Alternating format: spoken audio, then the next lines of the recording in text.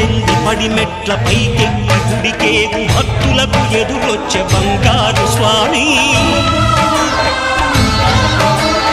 ఇరుముడులు స్పృశించి శుభమును దీవించి జన బృందముల చేర జగనేడు స్వామి తన భక్తులు నరించు తప్పులకు తడబడి ఒక పక్క ఒరిగెన ఓంకారమూర్తి